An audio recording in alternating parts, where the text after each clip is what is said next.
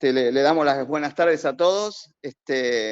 Arrancando el módulo 3 de Saber Habitar, muy contentos de llegar a esta instancia. Yo antes de pasarla a Mariela, que los va a presentar a los expositores de hoy, recordar siempre que la metodología es verse el video antes para sacar mayor provecho, diríamos, ¿no? Hasta acá creo los dos módulos anteriores han funcionado muy bien, la gente los ve, y también recordar que hay como una evaluación formal de cada uno de los videos que nosotros recogemos, como una forma de ir monitoreando la comprensión y si tuvieran dudas y demás. Y es usar, yo me excuso que estoy en un lugar, estoy acá en la universidad justo, pero antes quería decir que hemos empezado también con la revisión de proyectos. Estamos contentos, hicimos una primera tanda de alguna de las categorías, y ya tenemos como un intercambio un poco más profundo respecto de cuáles son los contenidos de los proyectos. Estamos armando como el consejo consultivo, que van a ser todos los expositores que van participando, pero solamente recordar que Saber Habitar se basa en los módulos teóricos, que no son tan teóricos, son prácticos, porque como van a ver hoy, van muy dirigidos a la experiencia de aplicación en proyectos y demás, pero esto lo hacemos los viernes a las 6 de la tarde, pero estamos realizando también en paralelo los jueves a las 6 de la tarde los encuentros sobre la cuestión específica del desarrollo de las tutorías, ¿verdad? Y vamos recogiendo en esta primera instancia necesidades de apoyo en el proyecto, de certificación o de cuestiones de preparación en estudios específicos. Entonces estamos como armando ese rompecabezas, ¿no es cierto?, por parte de cada uno de los proyectos. Bueno, sin más, yo quería agradecerles tanto a Gabriela Rastúa, a Fernando Álvarez de Celis y Antonio de la Roca por haber aceptado compartir sus conocimientos, haber grabado el video y hoy estar en la mesa redonda. Así que sin muchos más, le paso la palabra a Mariela para que haga una presentación formal. Muchas gracias. Bueno, buenísimo, muchas gracias. Les cuento, bueno, ya un poquito lo contó Fernando, pero la idea de hoy es que suponemos que ustedes pudieron ver estos videos que estuvieron desde el principio de la semana ya ahí en el canal de YouTube. Si algunos se lo perdieron, lo tienen para verlo después de la clase, pero la idea era que fueran mandando las preguntas. Tenemos varias preguntas, así que vamos a hacer una cosa. Yo los voy a presentar para que sepan bien quiénes son nuestros participantes, quiénes van a participar hoy. En primer lugar solo en un orden aleatorio, porque son los tres súper interesantes. Tenemos a Gabriela Rastúa, que es politóloga de la Universidad de Buenos Aires, tiene una maestría en Desarrollo Humano de Flaxo, tiene años de trayectoria dentro de lo que es la organización Techo, en diferentes puestos como directora social, directora del Centro de Investigación y actualmente es directora general de operaciones de Techo Internacional. Así que nos va a dar una mirada muy interesante de lo que es esta organización social en particular, pero además es una estudiosa de la temática, así que tiene una visión mucho más amplia. Después va a estar también Fernando Álvarez de Celis, que es director ejecutivo de la Fundación Tejido Urbano, igual que Techo son organizadores de Saber Habitar, así que ya los hemos mencionado anteriormente. Tiene un máster en Economía Urbana de la Universidad de Itelas, licenciado en Geografía, tiene una trayectoria como funcionario también muy interesante porque fue secretario de Planificación Territorial y coordinador de Obra Pública, director general de Planeamiento en el Ministerio de Desarrollo Urbano, bueno, un montón de publicaciones también, así que va a ser muy interesante su visión. El video fue muy interesante también, así que surgieron muchas preguntas de ahí. Y por último, pero no menos importante, está con nosotros Antonio de la Roca, que también es parte de la organización Techo, que es licenciado en Ingeniería Civil Administrativa de Guatemala. No quiero perderme de contarles nada, pero bueno, también tiene una historia bastante amplia en todo lo que tiene que ver con asentamientos informales, mucho trabajo dentro de la organización Techo, y también es docente de materias de urbanismo en la Universidad Rafael Landívar. Así que me quedé corta con las tres presentaciones porque los CV son mucho más extensos que eso. Bueno, la primera pregunta que tenemos es para Fernando Álvarez de Celis. Y la pregunta es, ¿cuáles serían los elementos clave que se deberían garantizar para asegurar que los proyectos sean realmente de inclusión urbana? Bueno, ahí cuando hablamos de inclusión urbana nos referimos a cómo el proyecto se incluye en la ciudad. Y un poco lo que marcaba el video que les mandé era la cuestión de la infraestructura urbana que está en la ciudad construida se acople con la infraestructura urbana que está en la ciudad a construir o en el proyecto urbano a construir. Ahí mostraba algunos ejemplos de proyectos que se habían construido sin pensar en el entorno. Entonces, digo, un poco de economía urbana. Toda ciudad tiene externalidades positivas y negativas. Lo que uno debería, digamos, como síntesis, incorporar en cada proyecto urbano son las externalidades positivas que tiene la ciudad. Le doy un ejemplo. Yo estuve en la Facultad de Derecho, que está a 300 metros del barrio Mujica. Bueno, no tiene ninguna interrelación. De hecho, para llegar de la Universidad de Derecho al barrio Mujica tenés que hacer 2.000 metros más o menos, porque nadie pensó esa conexión, con lo cual la externalidad negativa que tiene una universidad no está asociada a la externalidad, a la positivo que le quiero agregar al proyecto, con lo cual, para mí uno de los ejes fundamentales es cómo generamos que las externalidades positivas que tiene la ciudad pueda incorporarse a el proyecto. Y las externalidades negativas que tiene la ciudad no se generen en el proyecto. Y al revés, el proyecto va a generar un montón de externalidades positivas. Vuelvo a nombrar el barrio Mujica porque tiene muchas cuestiones de proyecto para discutir. Por ejemplo, hizo el Ministerio de Educación de la Ciudad de Buenos Aires, está dentro del barrio. Es fantástico lo que hizo. Pero para llegar a ese lugar no hay conexión con la ciudad formal. De hecho, está la autopista nueva que se hizo, están las vías del ferrocarril. Entonces, uno diría, están bien los proyectos tan bárbaros, pero lo que uno intenta desde este lugar que hicimos el videito es decir, che, no nos olvidemos que hay una ciudad construida, que la ciudad es muy difícil de construir, digamos, las ciudades se construyen en cientos de años, con lo cual aprovechar lo bueno que tiene la ciudad implica que el proyecto va a tener muchísimas externalidades positivas que le van a agregar valor. Entonces, las ciudades tienen un montón de cuestiones que podemos mejorar. Por ejemplo, el tema parques, el tema escuelas, el tema infraestructura educativa, infraestructura social, infraestructura de salud. ¿Cómo hacer para que el proyecto tome eso? Porque generalmente cuando uno piensa en proyecto, lo piensa desde el lugar que le toca hacia adentro. Entonces decimos, ojo, eso hay que hacerlo, está muy bien, pero pensemos del lugar hacia afuera. Me parece que ahí está la verdadera inclusión. Cuando el barrio sigue teniendo, el proyecto que uno hace tiene particularidades, pero que está dentro del entorno urbano. Ahí me parece que es donde el proyecto es win-win, donde el proyecto genera esto, una inclusión urbana, pero a la vez genera que se integre la ciudad. O sea, inclusión e integración me parece que es el fenómeno, y un poco lo que uno dice es, miremos, generalmente se mira del proyecto hacia adentro, miremos también como referencia el límite hacia afuera, que vamos a tener muchísimas externalidades o muchísimas cuestiones que le agregamos al proyecto. Un poquito así es el resumen del video y de la pregunta. Voy a seguir con las preguntas que estaban. Ustedes vayan tomando notas, si surgen otras preguntas, las pueden mandar acá por el chat o por el formulario, como prefieran. Así primero hacemos una recorrida por las preguntas que ya están, porque tal vez responden las nuevas, ¿no? La segunda sería para Gabriela Rastúa. No sé, Gaby, si estás. ¿Me escuchas bien? Te escucho perfecto, ahora estoy. Perfecto. La pregunta sería, ¿cómo podemos hacer o qué incentivos hay para que vecinos y vecinas de los barrios se sumen a los proyectos de integración? Perfecto.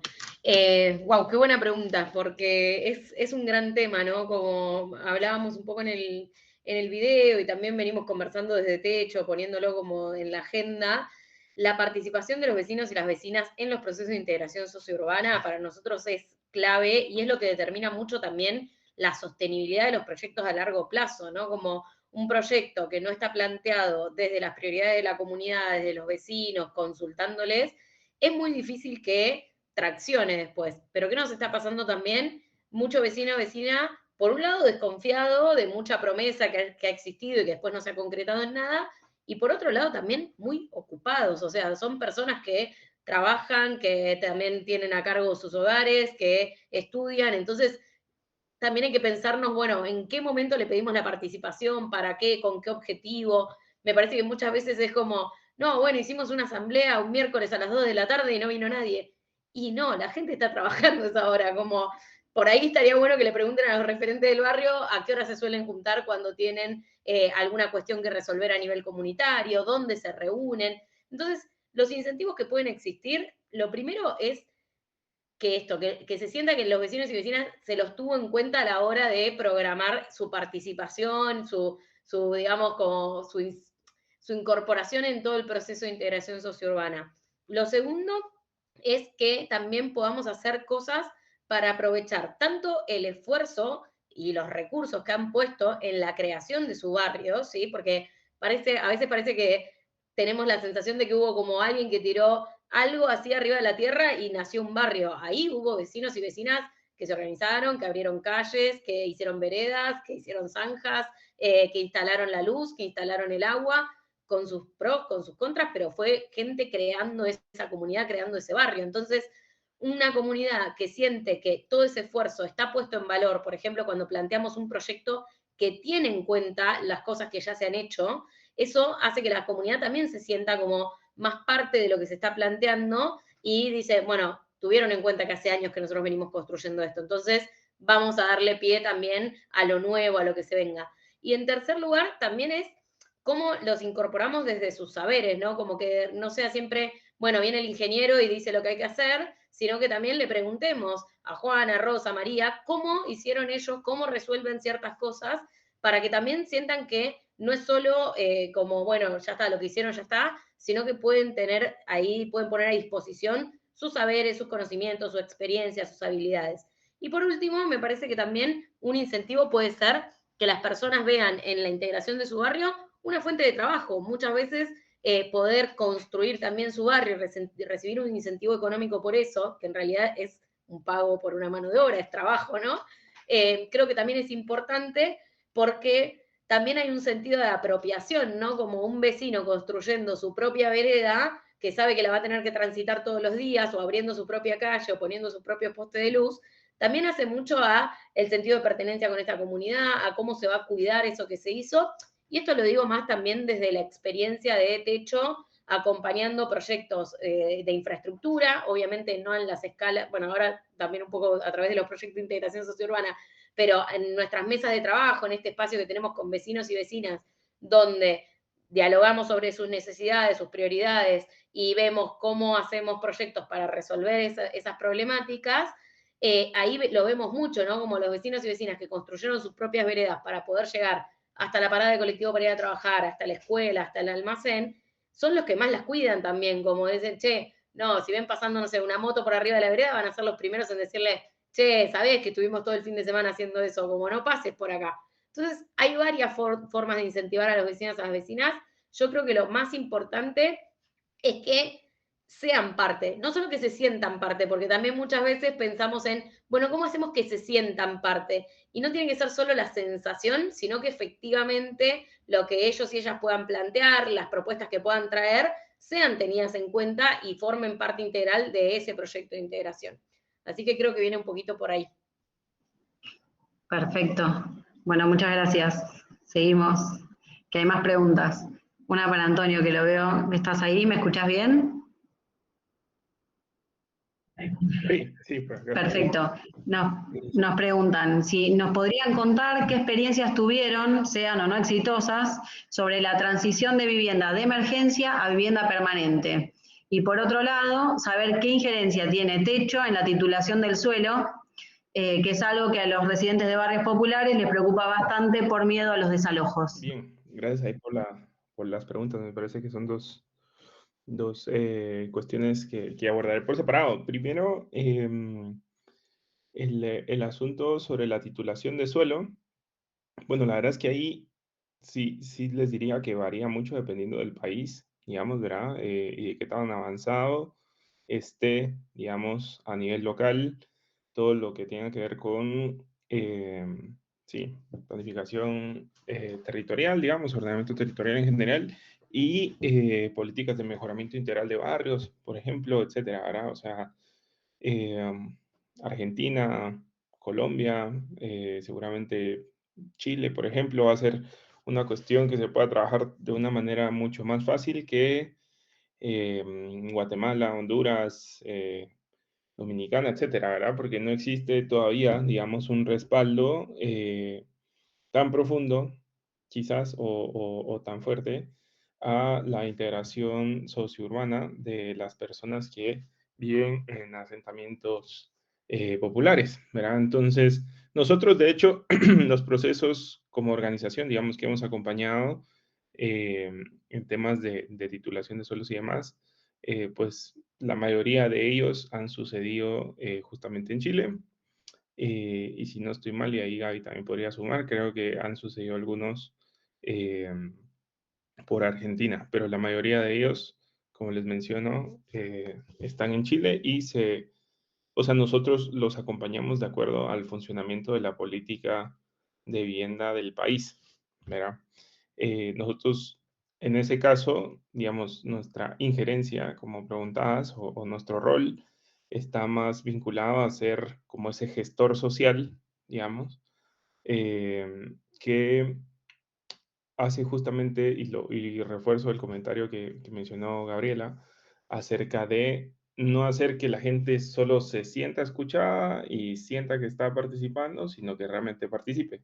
Entonces, ese rol del gestor social, digamos, que toma techo, termina siendo ese como vínculo o puente, digamos, entre toda esta gama de políticas que pueden existir y lograr traducirlo de cierta forma, digamos, a un lenguaje que cualquier persona pueda entender, ¿verdad? Dentro de la comunidad, porque al final, pues eh, no todas las personas de un barrio, por ejemplo, nada, tienen por qué saber de las políticas previo a eso, ¿no? Entonces, es parte de ese rol, ese proceso como de traducción a un lenguaje que pueda ser entendible para todas las personas. Entonces, bueno, eso por ese lado. Ahora, respecto a las experiencias, personalmente estuve, digamos, liderando el equipo de Guatemala cuando tuvimos una experiencia respecto a la emergencia que se tuvo en el volcán de fuego. Entonces, de esa les puedo hablar porque, como les decía, la mayor parte de las transiciones, digamos, de vivienda de emergencia a proyectos habitacionales han sucedido en Chile, pero justamente nosotros cuando hicimos ese proceso por la atención a la emergencia del volcán de fuego, bueno, construimos más o menos como 480 viviendas de emergencia en ese momento y luego justo acompañamos a la municipalidad, digamos, al gobierno local y al gobierno central a poder diseñar, digamos, la mejor solución posible, permanente, para las familias que habían perdido todo al final durante el desastre natural, ¿verdad? De la erupción de este volcán. Entonces, ahí la verdad es que fue un proceso que yo les diría bastante complejo, digamos, todo proceso de transición es bastante complejo.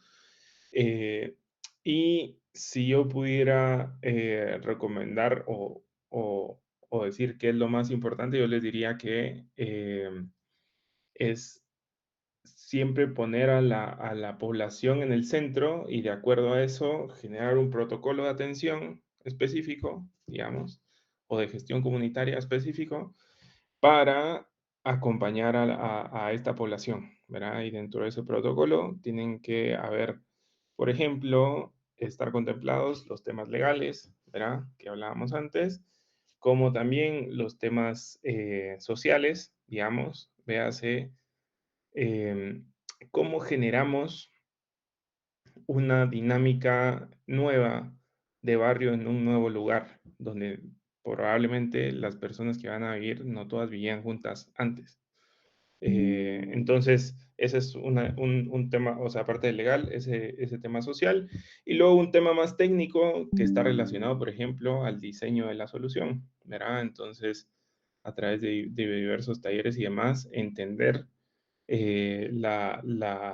las diferentes necesidades, digamos, que podrían llegar a ser cubiertas por la nueva vivienda, eh, pero desde también que la gente misma puede opinar acerca del diseño de esa solución, ¿verdad? Entonces yo diría que esos tres aspectos, el técnico, el social y todo lo legal jurídico, digamos, tienen que ir caminando en esa transición, cada uno a su ritmo, ¿verdad? Y como les menciono, siempre tomando en el centro pues la población y sus intereses. Eso. Bueno, muy bien, muchas gracias. Em, Son temas súper interesantes los que van saliendo. Ahora tenemos una pregunta que es para toda la mesa, así que si les parece, se toman un segundito para pensarlo y damos unos minutitos para que conteste cada uno desde su mirada, que puedan dar su aporte. Les digo la primera. Dice, ¿qué factores creen que se deberían tener en cuenta al momento de decidir cómo es el abordaje del déficit habitacional en los barrios populares? ¿Es efectivo el mejoramiento de barrios o sería preferible la generación de oferta de lotes con servicios para que la población se mude de manera voluntaria?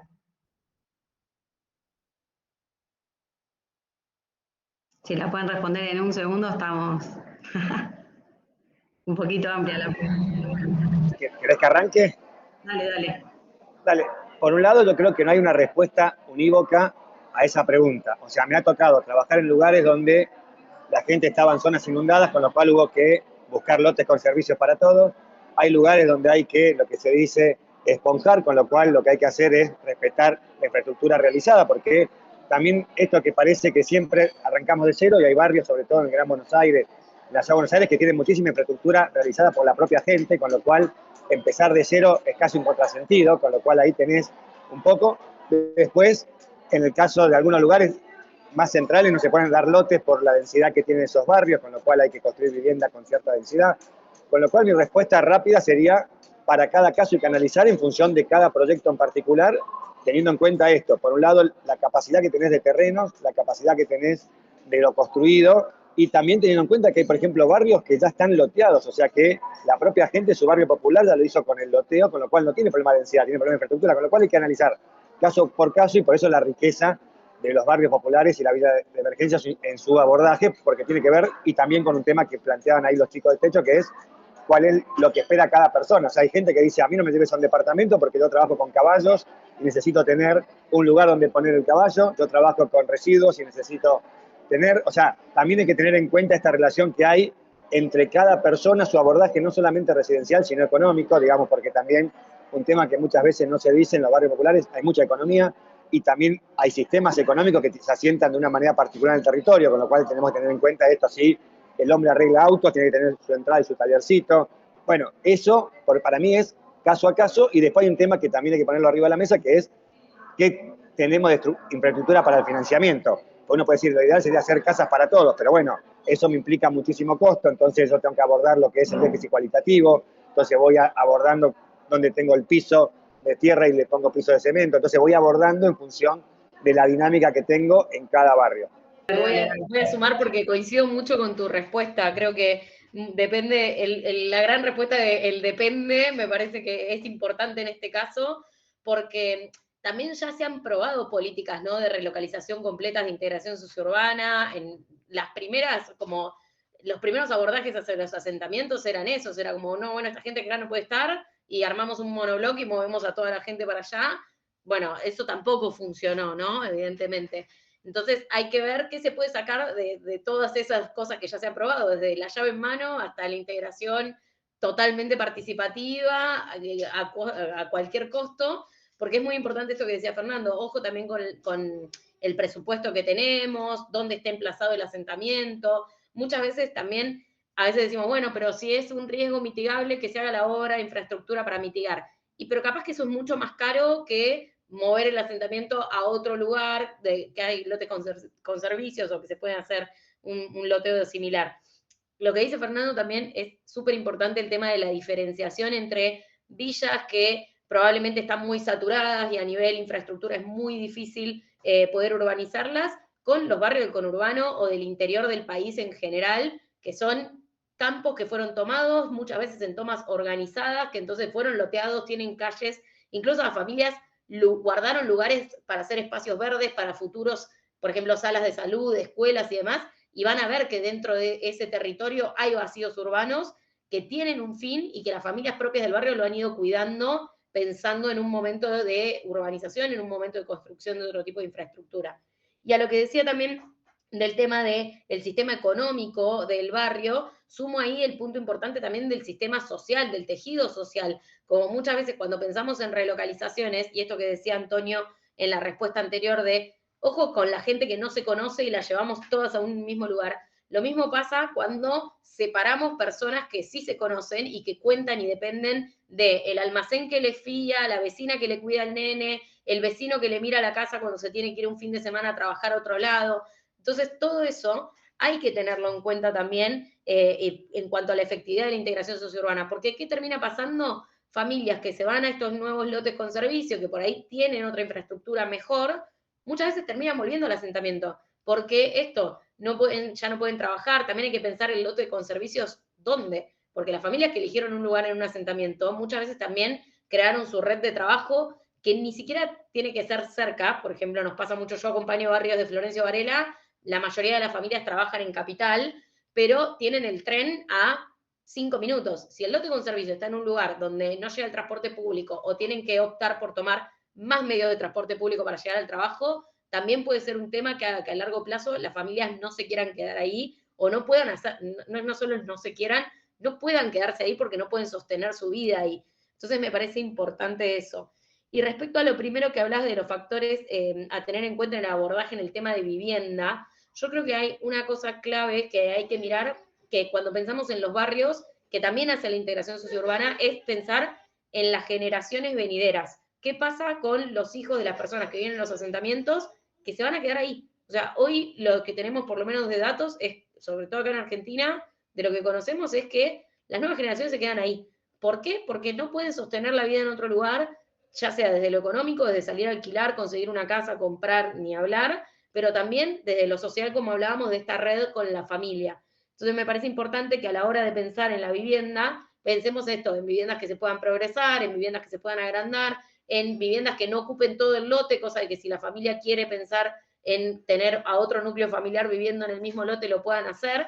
Y eso también es pensar la integración sociourbana a futuro, porque las redes de servicios que hoy pongamos también van a tener que abastecer a esos jóvenes, o tenemos que pensar cómo hacemos que esos jóvenes, por ejemplo, puedan ocupar lotes con servicios en vacíos urbanos cercanos a ese barrio. Entonces, que tiene que ser una mirada muy integral de la ciudad, no es solamente el asentamiento, sino es el asentamiento y su contexto, el asentamiento y su futuro, y me parece importante estas cosas a tener en cuenta a la hora de pensar en la vivienda.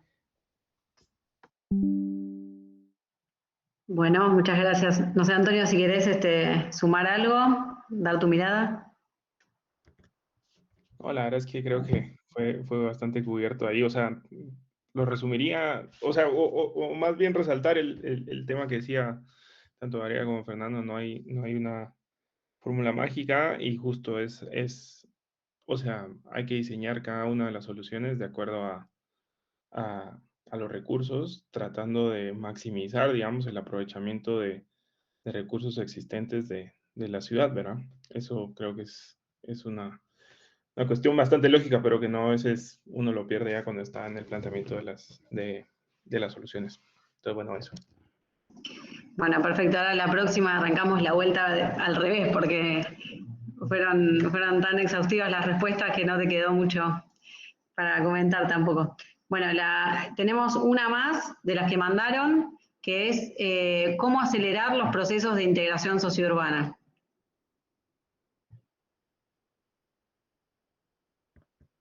Bien, entonces arranco yo, así vamos. Dale. Eh, Interesante pregunta, porque el acelerarlo, o sea, obviamente todos quisiéramos que se pudiera acelerar, digamos, pero yo creo que hay dos variables en eso que no sé qué tanto se puedan acelerar. Uno es que, o sea, hablar de integración, estamos hablando de un proceso que no podemos, digamos, dejar de tomar como un proceso de también generación de confianza, digamos, de generación de cercanía, de generación de, de nuevas culturas, digamos, y todo esto, ¿verdad? Entonces, toda esa parte más, eh,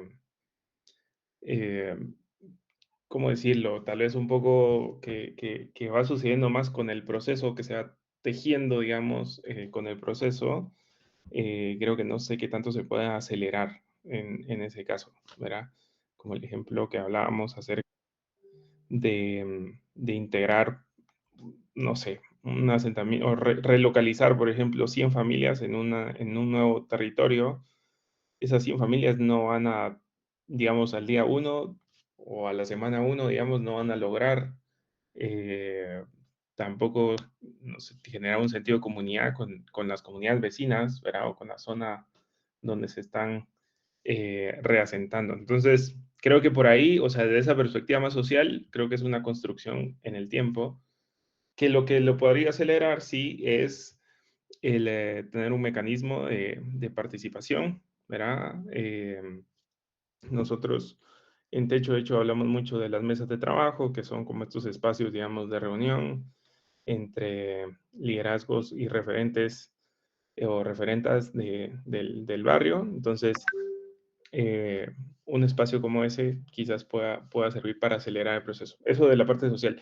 Después, yo les diría que tiene que ver mucho con ver realmente qué tanto músculo tiene, digamos, o qué tantos instrumentos, con qué tantos instrumentos cuenta la política que estemos tratando de utilizar, digamos, para el proyecto, ¿verdad? Porque, por ejemplo, si hablamos de lo que les mencionaba, ¿no? De políticas de mejoramiento integral de barrios, realmente algunos países cuentan con la política, pero no cuentan con instrumentos para poder operarla, ¿verdad? Operativizarla. Entonces, el texto es muy bonito y muy lindo y la visión es genial, pero luego una puesta en marcha, ahí es donde todo se ralentiza, digamos.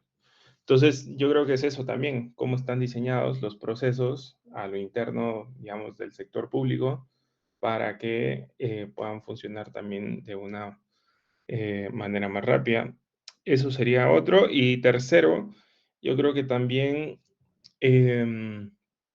a ver, el sector privado se caracteriza mucho por hacer las cosas un poco más rápidas, ¿no?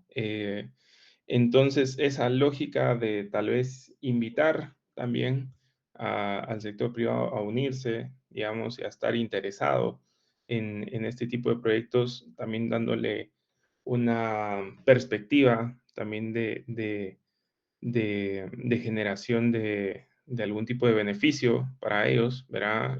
No sé, creación de nuevos mercados, nuevas zonas comerciales, etcétera. Tal vez podría también apoyar, me parece, en que las cosas puedan acelerarse un poco. Entonces, bueno, yo diría que esas tres variables por ahí se deberían tomar en cuenta.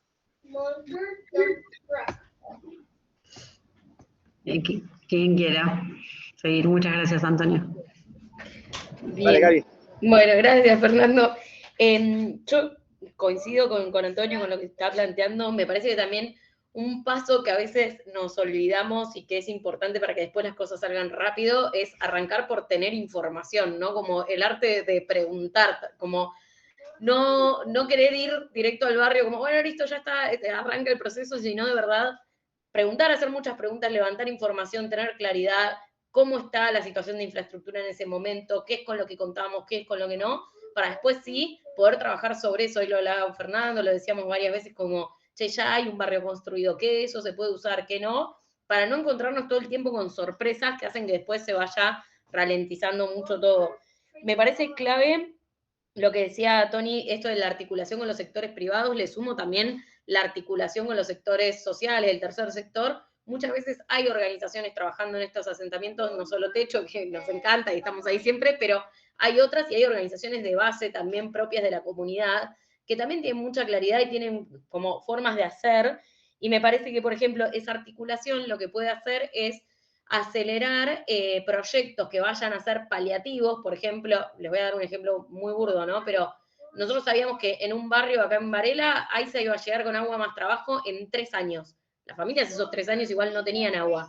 ¿Qué hicimos nosotros? Pusimos una perforación con un tanque de agua, con un filtro, para que las familias en los momentos que se cortaba el agua de las mangueras pudieran acceder igual al agua que necesitaban para lavarse las manos, para higienizar y para sobre todo para lavar, y que solo tuvieran que comprar para tomar el agua de mineral, digamos, pero el resto que pudieran usar esta agua del tanque. Eso hizo que las familias como bajen un cambio, puedan hacer, porque había que pensar un montón de cosas, no solo había que pasar el agua, hay que primero mejorar las zanjas, hay que hacer un entubado. Claro, las familias era como el agua, el agua, el agua, el agua, y no querían que avance otro proyecto hasta que no avance el agua. Entonces, esa articulación con organizaciones sociales que pueden hacer proyectos paliativos, pueden ayudar después a acelerar el otro tipo de obras, y también pensarse mucho esto como la dinámica y que esté bien escalonado, bueno, ¿qué es lo primero que hay que hacer? Cuando hay que hacer, por ejemplo, calles, bueno, pero ¿qué es lo primero que va abajo de todo? Porque si no, eso es mucho lo que pasa, como la obra sobre la obra, ¿no? Como, bueno, hicimos el asfalto o el cordón cuneta, pero después nos olvidamos de que había que hacer primero el tendido de agua. Entonces hay que romper todo eso, volver a hacer el tendido de agua y después volver a asfaltar. Eso es súper importante y sí, obviamente siempre en los barrios la prioridad va a estar en el servicio básico, en lo que necesitan hoy, en la luz de calidad, en el agua, en la cloaca, pero muchas veces no es lo primero que tenemos que hacer a nivel abordaje integral. Entonces, bueno, ¿cómo articulamos eso? Y lo último, me parece que va a sonar medio feo decirlo así, pero es plata. O sea, los procesos de integración sociourbana también se aceleran con inversión. Si no tenemos una inversión clara a hoy que se pueda hacer en el barrio, que sea continua, que sea sostenida en el tiempo, para poder terminar ese proyecto, muchas veces son proyectos que quedan a medias y que después con el tiempo se van deteriorando, entonces la inversión ni siquiera valió la pena. Así que me parece también importante eso, claridad en los presupuestos y la plata destinada a esa inversión. Bueno, en esa línea tomo tres ejes, pero voy en la misma línea que Gaby y Antonio. Uno, el tema de planificación esencial. ¿Qué quiere decir? Que no cuesta nada o cuesta muy poca plata planificar qué voy a hacer o qué quiere hacer la comunidad en ese barrio. Con lo cual eso primero, o sea, esto que decía Gaby con sus palabras de pongo el cordón cuneta, después tiro el agua, la cloaca la voy a poner. Bueno, eso tiene que estar diseñado a priori. O sea, obviamente que después se puede ir cambiando, pero generar desde sobre todo los lugares más técnicos y profesionales. Bueno, mirá, primero hay que tener la cloaca, primero hay que poner agua potable, la luz hay que dejar un caño o un pedazo de la calle para la luz. O sea, cómo ir haciendo el pensamiento de lo que va a pasar, porque lo que nos está pasando cuando hay plata es que empezamos a poner todo arriba y queda como un merengue mal hecho, una torta mal hecha, entonces después decimos, che, hay mucha plata, pero el barrio no se arregló tanto. Empieza a haber incongruencias de los proyectos versus el proyecto integral, con lo cual lo primero es un proyecto integral. Eso me parece que es central. Y ahí le agrego algo que también tenemos como en la mente a veces, que es el tema del Estado céntrico. Parece que el Estado tiene que hacer todo y que la comunidad no tiene que hacer nada o no sabe hacer nada. Y me parece que tenemos una dificultad en acelerar los procesos, porque decimos, bueno, tiene que venir la plata de alguien que llueva. Obviamente que eso va a acelerar los procesos, pero también la comunidad siempre va haciendo. O sea, si uno va a un barrio que el Estado no apareció y va sacando fotos año por año, ve que la comunidad va avanzando. De a poquito, hace la calle, hace algo, arregla la plaza o hace una plaza. Bueno, esas cosas, tener en cuenta la potencia que tiene la comunidad propia en la organización. Y uno poder inyectar, obviamente, desde los lugares que pueda, desde el sector, el Estado, pero teniendo en cuenta esa vinculación. Y a lo tercero que le agregaría es que para acelerar la mochila no alcanza solo que la tenga un área específica de barrios populares. ¿Me escuchan ahí? Sí, sí, perfecto. Que no sea solo de barrios populares, que sea, por ejemplo, AISA, el que pone el agua, que trabaje con el tema del agua. La gente de sur o de norte, o sea, las empresas de servicios, que arranquen con el tema de servicios. O sea, que todos puedan colaborar en el sistema, que no sea solamente las áreas que trabajan en el área específica de barrios populares, de bebidas o asentamientos, sino que sea todas las áreas del gobierno que trabajan en ese tipo de cuestiones. Me parece que ahí hay un cambio también de paradigma que me gustaría profundizar un poquito, que es cómo hacemos que los distintos actores que trabajan en los servicios, en la infraestructura, se puedan insertar en barrios populares y no sea solamente una tarea de aquellas áreas específicas de los barrios populares. Perfecto, no sé Gaby, Antonio, si quieren agregar algo más.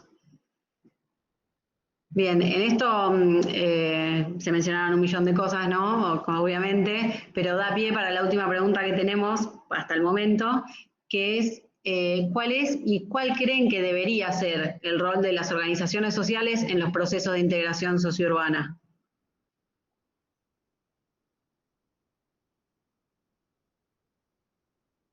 Tenés que arrancar vos, Gaby, así sorteamos.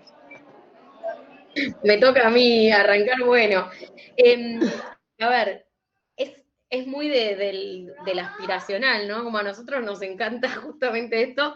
De hecho, lo que busca es ser un puente muchas veces, como el gran articulador entre la comunidad y el Estado y la empresa y el que tenga que venir a ser parte de ese proceso de integración sociourbana. Más que nada como a nosotros nos gusta promover la participación de la comunidad, ¿no? Creemos que ese es el eje central para que, sobre todo, más allá de cómo salga el proceso y demás, que sea sostenible. O sea, ahí hay una gran preocupación nuestra que es que a futuro ese barrio integrado dure. Porque lo que vemos en la experiencia también es que no duran porque no hay una apropiación, porque no se tuvo en cuenta a los intereses de esa comunidad, no se tuvo en cuenta sus saberes, sus capacidades. Entonces, las organizaciones sociales, el primer gran rol es la articulación, ¿no? Como acompañar a este diálogo, tenemos por ahí mucho más recorrido con los pies en el barrio, como decimos nosotros, con los vecinos y las vecinas, bueno, llevar un poco también el nivelar las expectativas, muchas veces entre lo que el Estado puede hacer y lo que los vecinos se imaginan que puede hacer y en qué tiempo lo puede hacer, hay una distancia enorme. Entonces también como llevar esa conversación, facilitar los espacios, me parece importante. Y después creo que también va a depender de la capacidad de cada organización y también del área de experticia de cada organización. Nosotros hoy también hemos acompañado, por ejemplo, la creación de proyectos ejecutivos generales para la integración sociourbana de algunos barrios, hemos acompañado y hemos realizado proyectos de obra temprana también en algunas comunidades. Obviamente nuestra parte social siempre es la que va a predominar ahí, pero sí podemos también ir adquiriendo ciertas capacidades para poder hacer la parte técnica y la parte de infraestructura, que también es importante eso, como lo que decía Antonio un poco, ¿no? Como, y que también marcaba Fernando, el delegar, ¿no? Como no todo lo tiene que hacer el Estado, alguien más puede hacerlo, cómo acompañamos eso y cómo también nosotros nos convertimos en ejecutores, que puede ser otro rol de la organización social, si tiene la capacidad y la experticia, o también la humildad de llamar a otros, ¿no? Como hay cosas que nosotros como Techo no es que las hacemos nosotros con nuestro voluntariado o con nuestro equipo contratado, sino que llamamos una cooperativa que nos interesa que pueda venir y que pueda participar, a una empresa que sabemos que le puede hacer un trabajo de calidad y que no tiene problema de meterse en un barrio, como creo que ahí también está un poco la magia de atraer a distintos actores al territorio, y después, por ejemplo, hacemos cosas súper lindas de programas de vivienda que se están haciendo, de vivienda definitiva, dentro del marco de un convenio con la Secretaría de Integración Sociourbana acá en Argentina. Están yendo vecinos y vecinas de otros barrios a construir las casas de vecinos y vecinas de otros asentamientos populares. Y eso está buenísimo también, porque a ellos les da nuevas herramientas, nuevas formas de construir, un poco más de conocimiento y capacidad técnica, y a su vez les genera un ingreso, tienen un trabajo, y eso me parece como importante. Entonces, ¿cuál es el rol? En general es el rol que cada organización se busca en la realidad, como donde se logra meter, y cuál debería ser. Como les decía, para mí el preponderante es un rol de articulador y de promotor de la participación social, sobre todo comunitaria, dentro de esos procesos. Bueno, tomo yo así, somos parejos. Voy a contar una anécdota que nos pasó hace poco. Tejido Urbano está trabajando en algunos barrios populares en La Matanza. Fuimos al barrio 28 de noviembre y 2 de enero. Y ahí está Techo en uno de ellos también. El Estado está haciendo obras, pero que son los vecinos que hacen obras de envergadura, pero que las obras chicas, o por ejemplo poner el agua potable, o algunas obras de conexión, obras que son más humanas, digamos, más chiquititas, el Estado como que le cuesta más, el músculo del Estado es como de grandote, digamos. Entonces, ahí las ONG tenemos un poquito más de flexibilidad para ingresar en ese mundo. Y después, en el barrio 28 de octubre fue muy interesante, porque ahí tienen cloaca, agua, tienen hasta asfalto y todo, y cuando le pregunto, bueno, ¿necesitan algo? Dicen, nosotros lo que siempre quisimos es tener nuestro catastro popular, pero el Estado no quiere que tengamos nuestra propiedad, entonces, nada, empezamos a dibujar con una foto aérea, empezamos a hacer el catastro ahora, con lo cual también es escuchar qué es lo que quieren. A veces el Estado no tiene tanta oreja, sino que tienen planes como prearmados, digo, ahí también puedo hacer alguna crítica a algún organismo internacional que tiene como, bueno, este es el checklist, hay que hacer esto, esto y esto, y a veces la comunidad dice, no, mirá, necesito esto, y no se la escucha, con lo cual también la ONG lo que tiene un poquito el oído mucho,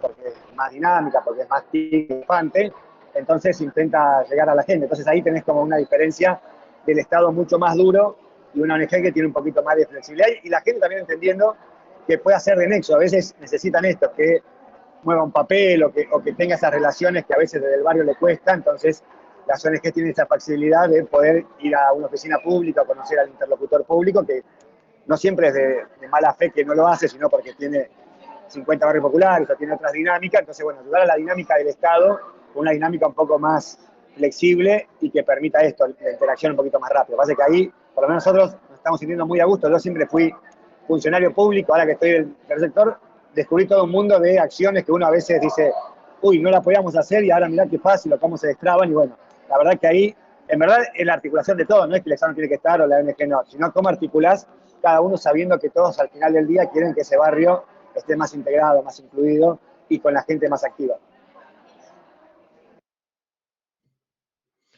Bien, bueno, yo creo que igual ya se dijo bastante. Yo tal vez solo sumaría, para mí la palabra clave es gestor, como esa gestión de actores, ¿verdad? O sea, por lo general, quizás el rol de las ONGs o del tercer sector está muy vinculado con tener mucha claridad del mapeo de actores involucrados y saber cómo cada uno puede jugar, en qué momento también debe de jugar para aprovechar de mejor forma la red, ¿verdad? Y para aprovechar el tiempo y para que la solución sea mejor. Entonces yo creo que eso, como gestionar de manera adecuada el tema de las necesidades y el conocimiento, digamos, que pueda venir del barrio con los diferentes actores y hacer match en esta plataforma que se forma, por así decirlo, para interactuar en el desarrollo del proyecto. Y justo lo que decía Fernando también es sumamente importante. O sea, de hecho nosotros en varios países nos hemos topado con que varios gobiernos locales nos dicen, miren, nosotros no podemos hacer eso, ¿verdad? O sea, no tengo una línea en mi presupuesto que me permita hacer eso, por ejemplo, ¿verdad? O como soy funcionario público no puedo hacer X, Y, Z, digamos, ¿verdad? Entonces, y ellos mismos casi que nos están diciendo, háganlo ustedes, ¿cierto? Por esa flexibilidad, digamos, que también tiene la figura legal, por así decirlo, de la ONG para poder hacer intervenciones de manera más rápida y sin tanta burocracia, ¿verdad? Entonces, yo diría que eso también es relevante. Bueno, muchísimas gracias. Primero, ahí sí se terminaron las preguntas que tenemos hasta ahora, así que primero les agradezco por esta primera ronda que fue bastante grande, ¿no? Hubo bastantes preguntas. No sé si alguien tiene preguntas que les hayan ido surgiendo, que tengan ganas de comentar. En el chat no encontré preguntas que hayan escrito. A ver si alguien quiere pedir la palabra y aprovechar que tenemos la posibilidad de preguntarles todo lo que se les haya ocurrido en los videos, en la exposición de ahora. No sé, Andrés, si te veo inquieto y tenés ganas de preguntar algo.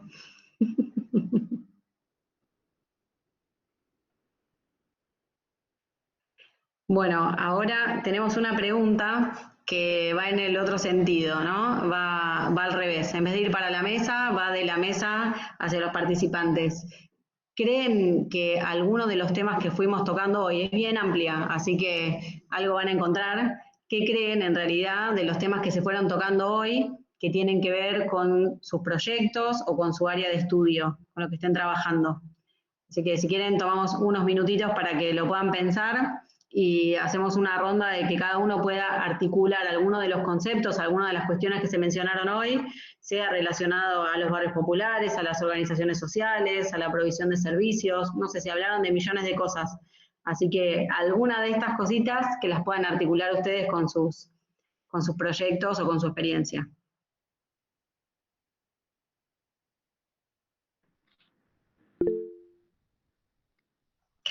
Qué genia, Adriana, dale.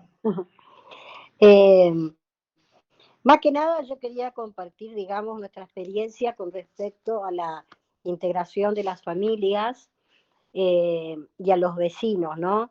Como hablaba ahí la compañera de techo, lo importante que es tener una vinculación y una relación, digamos, interpretando los intereses de, de los vecinos y del barrio en sí, ¿no? Nosotros algo que nos dio mucho resultado para integrarnos, y porque vieron que tal cual como dijiste, que en un momento por ahí los invitás y no va nadie, porque la gente es muy reacia también, otra vez una reunión, y qué si no nos dan nada, o qué vamos a esperar, tenemos nuestro tiempo, es tal cual. Entonces, por ejemplo, nosotros para un gancho decíamos, bueno, eh, en esta primera charla, ya de paso, vamos a entregarles semillas del INTA y vamos a darle una charlita sobre horticultura y sobre el calendario de siembra de las huertas familiares. En Mercedes hay muchas huertas familiares. Entonces buscábamos así como, digamos, un anzuelito para traerlos, ¿no? Y empezar ahí a sondear realmente eh, las diferentes realidades de cada familia, como dijo también el compañero, hacer un mapeo de actores en el barrio para poder integrarlos y ver también, cada barrio tiene su propia identidad, es inútil, es como dijeron también, por ahí los cambiás de barrio y les viene mal y no se hallan y después de última no terminan viviendo ahí, venden la casa y vuelta a vivir en otro lado. Es muy difícil, porque cada familia tiene su identidad y su sentido de pertenencia. Y creo que para lograr ese sentido de pertenencia, es un trabajo muy, muy finito y diario que hay que hacer. Desde el Estado, nosotros, por ejemplo, trabajamos mucho con la Secretaría de Acción Social, que estamos constantemente en la parte en la dirección del programa de desarrollo comunitario, trabajamos mucho con los barrios, ¿no? Y vemos eso, es un trabajo muy fino, no te digo todos los días, pero por lo menos estar en el barrio 3 veces por semana, y la escuela es fundamental. La escuela es fundamental, tener la escuela de aliada, las maestras son unas genias, no perder nunca esa vinculación con la escuela del barrio. Eso a nosotros nos dio mucho, mucho beneficio y nos ha ayudado muchísimo. Todos nuestros proyectos se han trabajado también con la escuela. Entonces, por ejemplo, hacer una charlita en el Zoom del barrio, invitando a las maestras, por ejemplo, el cuidado de los árboles, y después al otro día vamos una visita al vivero con los niños del barrio, y después, por último, las familias eligen qué árboles van a plantar en las veredas, y así es, pero es todo un trabajito, como decía la compañera de techo, el trabajo social es importantísimo. Y después, por supuesto, lo que hablaban de las conexiones, nosotros al hacer este loteo con servicio también tuvimos muy en cuenta el tema de la interconexión y no perder la trama urbana, ¿no? Que no quede ese lote con servicio dislocado de la conexión con el centro, de la conexión con la escuela, de la conexión con la sociedad rural, que tiene una gran identidad, todo ese sector barrial, con el trabajo en la sociedad rural, en el predio, ¿no? Entonces, la verdad que es muy interesante todo lo que se tocó y coincido plenamente con todo lo que dijeron los expositores. Nada más. Gracias. Bueno, muchas gracias, Adriana. Voy a leer un comentario, ya le doy la palabra. Ahora se me borró quien había levantado la mano, pero leo primero un comentario que hay acá en el chat de Josefina, que dice, perdón que no funciona el micrófono, creo que en mi caso, que estudiamos el tema de la vivienda asequible en la Comisión de Accesibilidad de la Unión Internacional de Arquitectos, insertar a lo accesible el tema del costo y la calidad de la vivienda logra la fusión real para la calidad de vida de los futuros usuarios.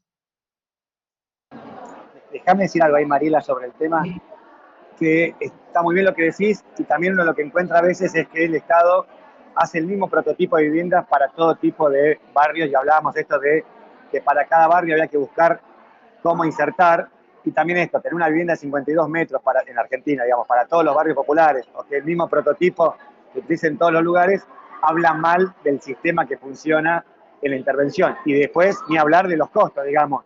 Muchas veces, como no tienen en cuenta la cuestión del costo local, no tienen en cuenta la mano de obra local ni los materiales locales, termina saliendo muy por encima porque está más pensado en la infraestructura de la obra pública tradicional que en la solución de la problemática habitacional. Con lo cual ahí hay muchísimo para recorrer, ni hablar, digamos, un tema que a mí me está ocupando últimamente mucho, que es por qué vivienda va por un lado y hábitat va por otro. O sea, cómo hacemos para interrelacionar los distintos actores del Estado que tienen que intervenir sobre un barrio popular o un asentamiento. Ahí tenés también un montón para recorrer, pero me parece esto, pensar que la vivienda tiene que ser asequible, que tiene que ser pensado desde lo local, que tiene que ser pensado que los arquitectos puedan hacer un prototipo para cada barrio, para cada intervención, porque cada intervención tiene sus particularidades que hablábamos recién. Entonces, los prototipos, esto, con la riqueza que tenemos de arquitectos en América Latina, pensar un prototipo para todos me parece que es hasta una falta de respeto a la profesión, digamos.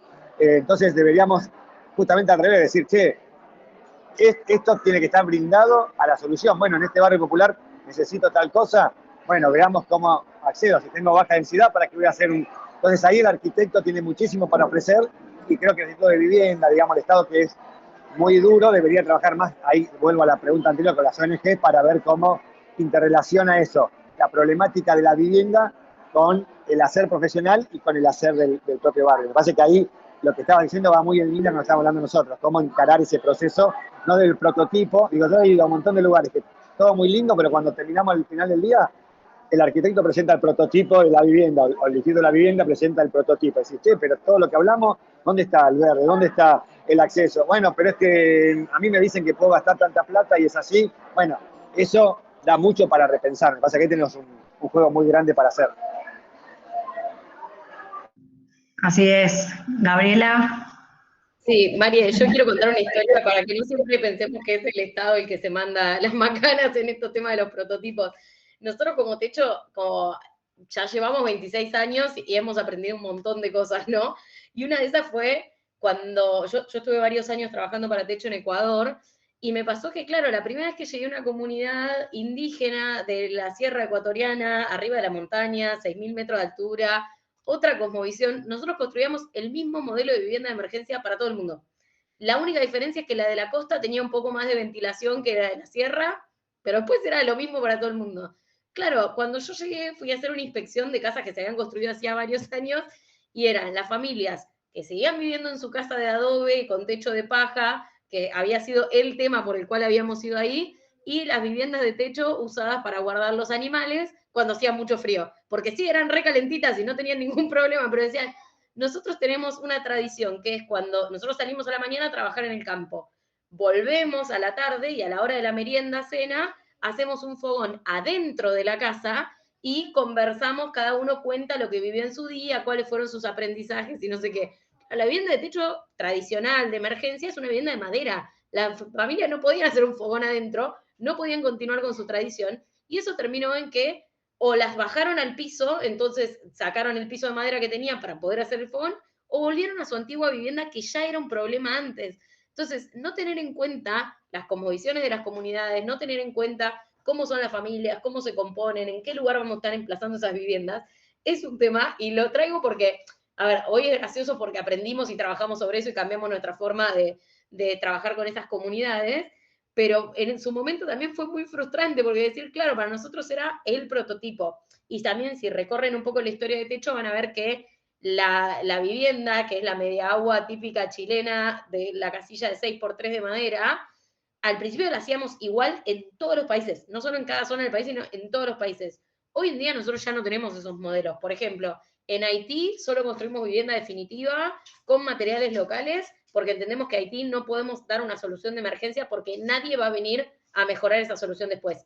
No lo va a poder hacer la propia familia, no lo va a hacer el Estado, no lo va a hacer ninguna empresa. Entonces, ahí directamente vamos con vivienda definitiva. En México tenemos una solución con fibrocemento. En Panamá tenemos una solución con paneles inteligentes que tienen, bueno, recubrimiento, aislación adentro. Como la fuimos evolucionando en los distintos contextos, entendiendo eso, un poco de aprender a los golpes, de que no la misma solución no servía ni para todas las familias, ni para todos los contextos, de cualquier manera entendiendo que lo que Techo propone es una vivienda de emergencia, o sea, es literalmente sacar a las familias de un piso de tierra y de un techo que se llueve, no mucho más que eso. pero sí lo quería traer porque si no siempre parece que, no, el Estado no sabe, no, los demás también vamos aprendiendo con el tiempo y con los golpes y con los obstáculos. Lamentablemente es cierto, pero bueno, lo bueno es si se aprende, ¿no? Lo peor sería que no, que fuera siempre igual. Bueno, ahí tenemos algunas preguntas en el chat. Espero que tengan un ratito más de pila para contestar estas preguntitas que quedaron acá. Ya igual vamos cerrando, así que traten de meter todas las preguntas ahora. Tenemos una de Andrés que dice, ¿cómo se involucran las organizaciones sociales en la integración urbana? ¿Qué recursos se brindan a la ONG para proyectos de desarrollo urbano? ¿Y cómo se garantiza la participación ciudadana en decisiones sobre desarrollo urbano? No sé no sé quién la quiere tomar, Ahí, ya se si habló quieren bastante voy. igual, pero hay, sí. Si quieren voy. Lo de cómo se involucran las organizaciones sociales, creo que ya lo hablamos, ¿verdad? Esa me parece que ya lo habíamos hablado, que principalmente era como gestores sociales, digamos, intermediarios, o o sea, con la flexibilidad que podía tener la figura legal de la ONG versus quizás el público o el privado.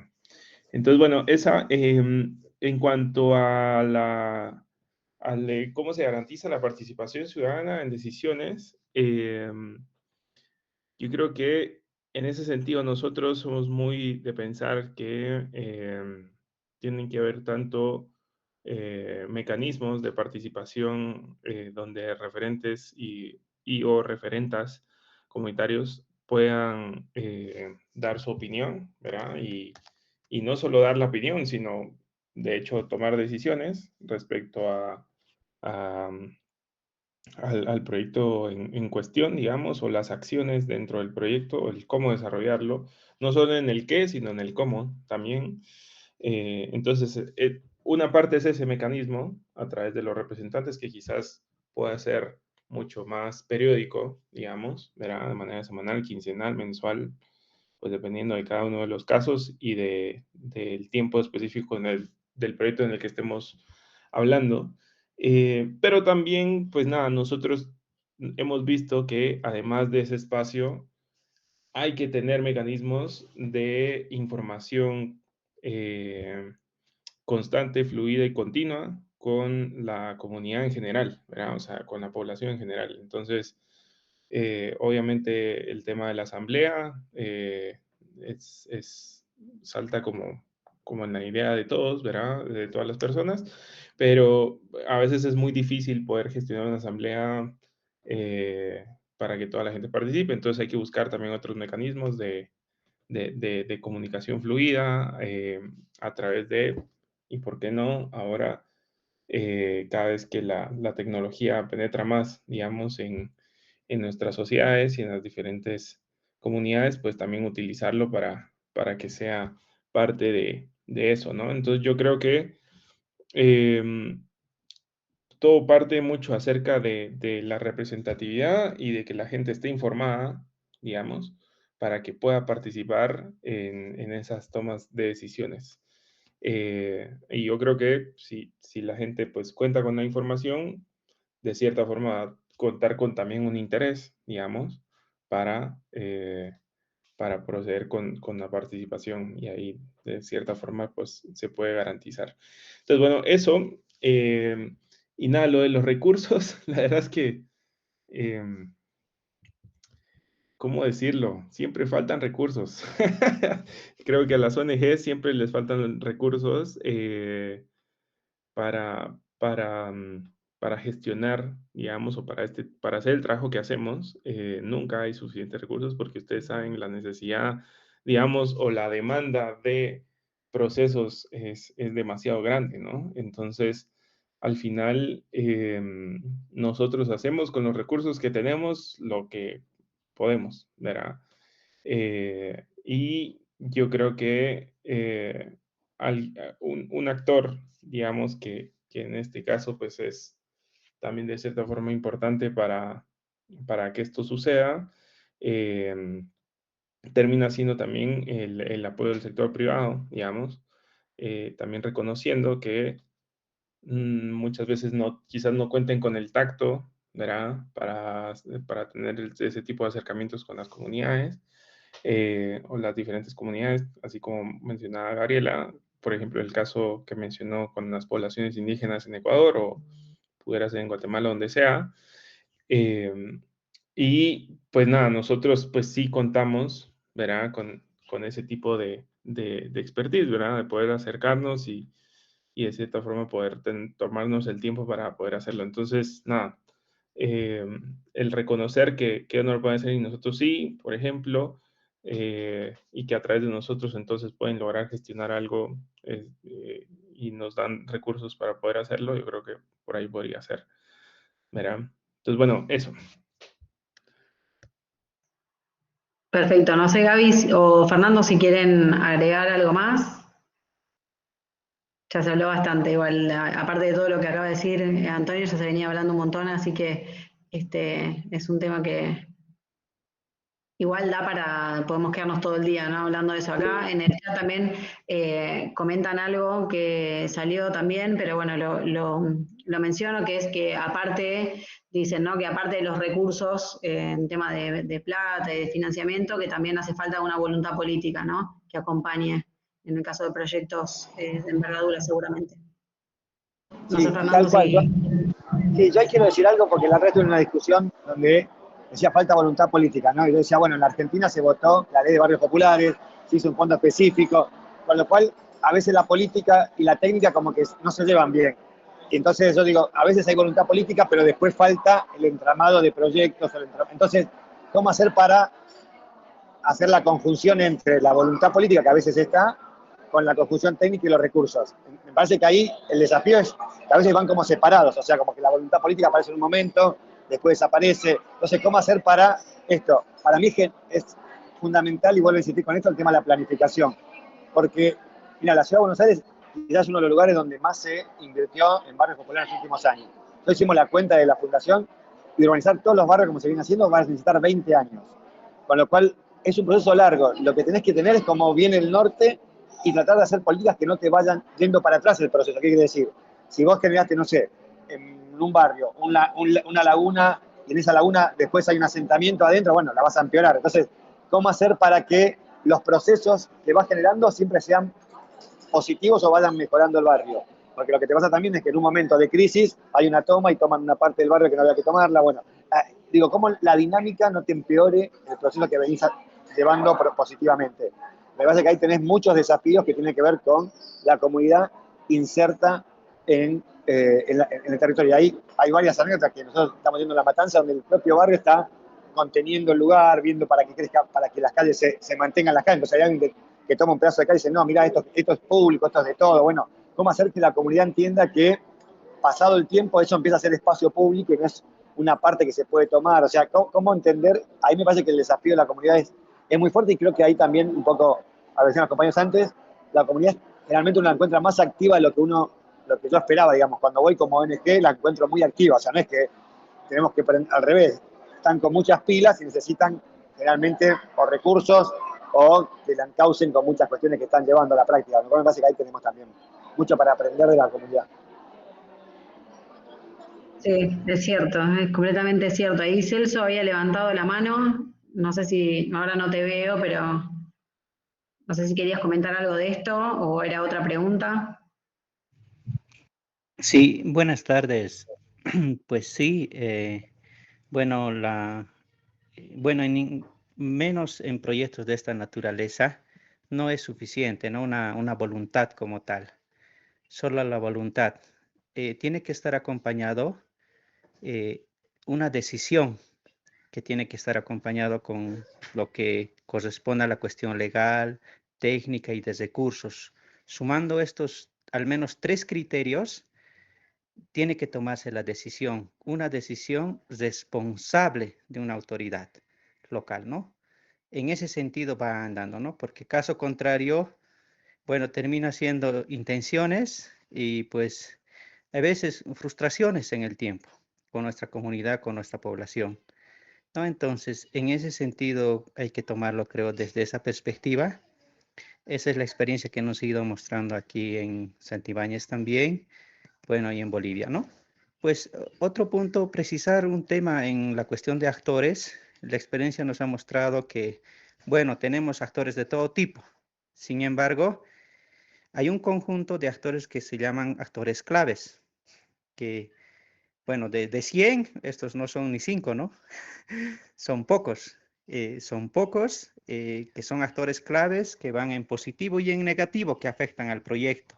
Entonces hay que identificarlos claramente a estos que son los factores clave, los actores clave. Eso nos ha llevado a varios proyectos con éxito, lo vamos a decir.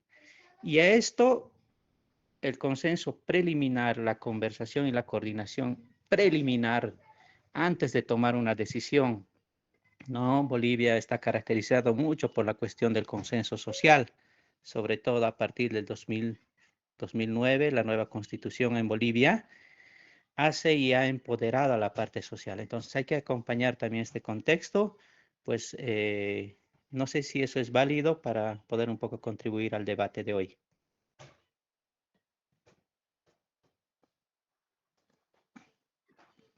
A ver, tenemos algunas manos más levantadas. Si alguien tiene algo para decir, no duden en interrumpirnos.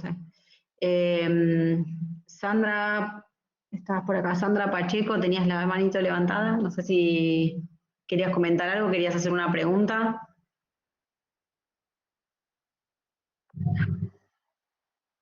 La perdimos. Hay una pregunta de Sandra en el chat. Ah, mira, no la vi. Ahí está, gracias Gaby. No, Dice, bueno, buenas tardes, muy buenos aportes. Quisiera conocer de experiencias exitosas de integración comunitaria en proyectos de vivienda social que hayan sido relocalizados.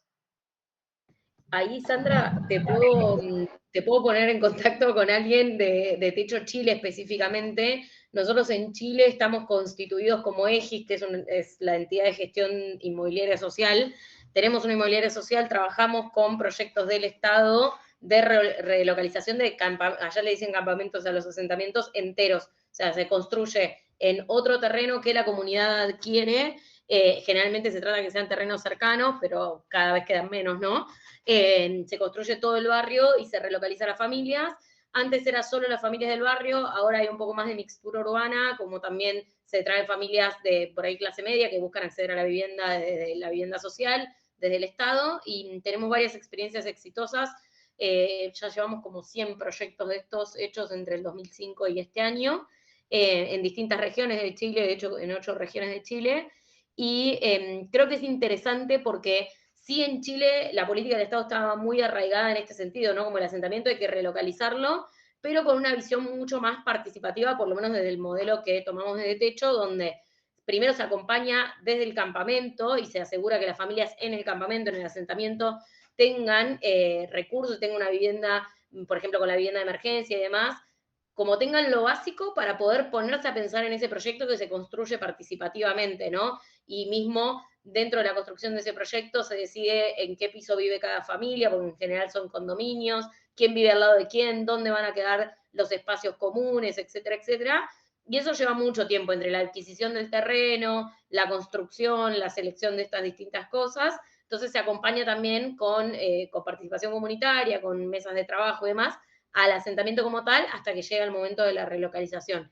Y creo que eso es un componente importante porque hace que se genere una interacción comunitaria previa a la mudanza, previa a la relocalización. Entonces, eso también creo que es una experiencia bastante interesante de no simplemente pasar a las familias a un lugar nuevo y ya está. Y de hecho, últimamente son como incluso más flexibles en esto que hablábamos de los prototipos de vivienda, de cómo están distribuidas las viviendas internamente, del metraje cuadrado, de si tienen, incluso siendo edificios, posibilidades de progresar en el sentido de agrandarlas o cambiarle su fisonomía. Así que eso está bueno para compartírselos. Ahí voy a buscar unos links, Mari, te los hago llegar, así se los puedes compartir a todos y todas, porque creo que está bastante interesante. Sí, ahí también que sepan que hoy el desafío que se está encontrando tanto Techo Chile como el Estado chileno es esta nueva modalidad de campamento de las familias no queriéndose ir de ahí, que es un gran tema porque el Estado chileno tenía otra visión de política de integración. Entonces ahí hay que acompañar también este nuevo arraigo de las familias a los sectores donde están asentadas actualmente.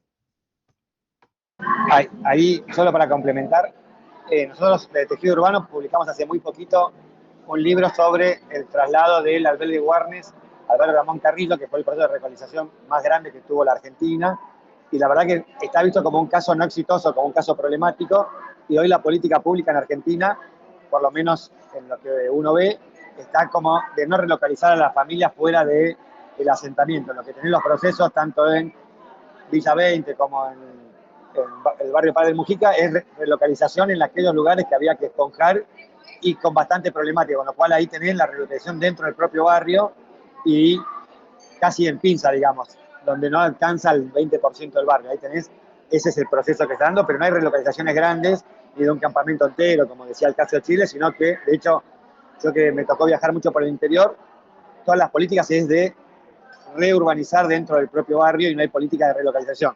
En algunos lugares como en Mendoza, que se intentó por lo menos 2 barrios muy grandes, que uno estaba atrás de la universidad, al final se terminó haciendo infraestructura en ese mismo lugar, digamos, no hay proceso, la comunidad no quiere, y creo que eso es un avance en la política pública argentina de no relocalizar la población. Ahí le sumo de acá de Argentina un proceso que fue de relocalización, pero tipo al lado y con mucha participación comunitaria, creo que, y que es interesante mirar, es la Villa Palito y Barrio Almafuerte, que tuvo un proceso comunitario muy intenso. A mí personalmente me tocó relevarlo allá por el 2011, cuando hacíamos desde techo el relevamiento que hoy es el RENAVAP, y me acuerdo que estaban terminando de mudarse casi las últimas familias, estaban como en los procesos finales, y hablar con Juan Enríquez y con la comitiva que había sido como la principal impulsora de eso, fue muy rico para nosotros, porque nos dio muchas pistas de cómo promover estos procesos de integración sociourbana en los barrios, sobre todo cuando hay que convencer a algunas familias incluso de que hay que moverse, o sea, puede pasar que un barrio se puede integrar en un lugar, pero que si está a la vera del arroyo hay que respetar Camino de Sirga, entonces hay familias que van a tener que salir de ahí, mismo dentro de un barrio que se va a urbanizar en ese lugar. Entonces, conversar con estas familias, llevarlo desde lo comunitario, eso es súper interesante. Ellos tienen una página web, también se las voy a pasar, y Juan es una persona que en general está predispuesta a conversar sobre el tema y le interesa mucho, así que también les invito a que puedan darse una vueltita por ese proyecto, que me parece que es muy, muy importante,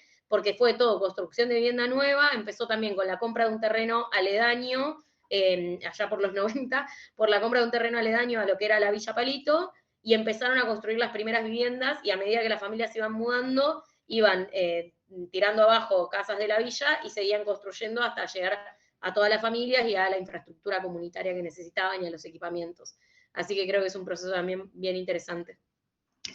Sí, ahí ya para ir cerrando, si les parece, que tenemos algunos avisos parroquiales al final, pero ya para ir cerrando este bloque más temático,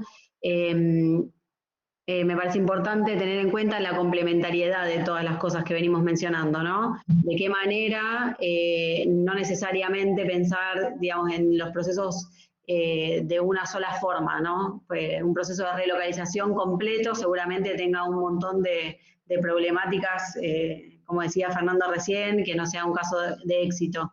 Y un proceso que sea meramente de mejoramiento de viviendas tampoco probablemente lo sea. Que es clave esto de analizar caso por caso y que las medidas necesarias seguramente sean complementarias, ¿no? Que haya familias, como decía Gaby recién, que están en Camino de Sirga y tengan que necesariamente moverse para su propio beneficio, ¿no? No solamente por una cuestión legal, sino que es por su propio beneficio, para mejorar su calidad de vida y de todo el barrio. Entonces, es importante tener esta apertura que hablaba Fernando en la primera pregunta que lanzamos, esta apertura, ¿no? de analizar cada uno de los casos, de estudiar cada uno de los factores, una cuestión cultural, una cuestión social, no solamente en los estándares de calidad por ahí que estamos acostumbrados, esto que decía Gaby en un ejemplo súper gráfico, el fogón en el medio de la casa, ¿no? Uno lo primero que piensa es, bueno, siempre va a ser mejor tener un techo, aunque sea de madera, que de tierra. Bueno, no, ese es un estándar de calidad que tenemos en un estrato o en una cultura, en un grupo. No necesariamente tenemos por qué tratar de que sea siempre así. Entonces, el entendimiento del otro, de las comunidades, de la cosmovisión que tienen, como decía Gaby, es clave y se dejó muy patente en cada una de las respuestas, ¿no? Así que bueno, si no hay más preguntas, que creo que no, porque no vi más manitos y están ahí muy tranqui, ya seguramente estamos cansados con un debate bastante intenso, siempre apasionante. Primero agradecerles a Gabriela, a Antonio y a Fernando por su buena onda, por la predisposición, por estar, por responder las 1000 preguntas que les hicimos. Así que bueno, un placer tenerlos siempre.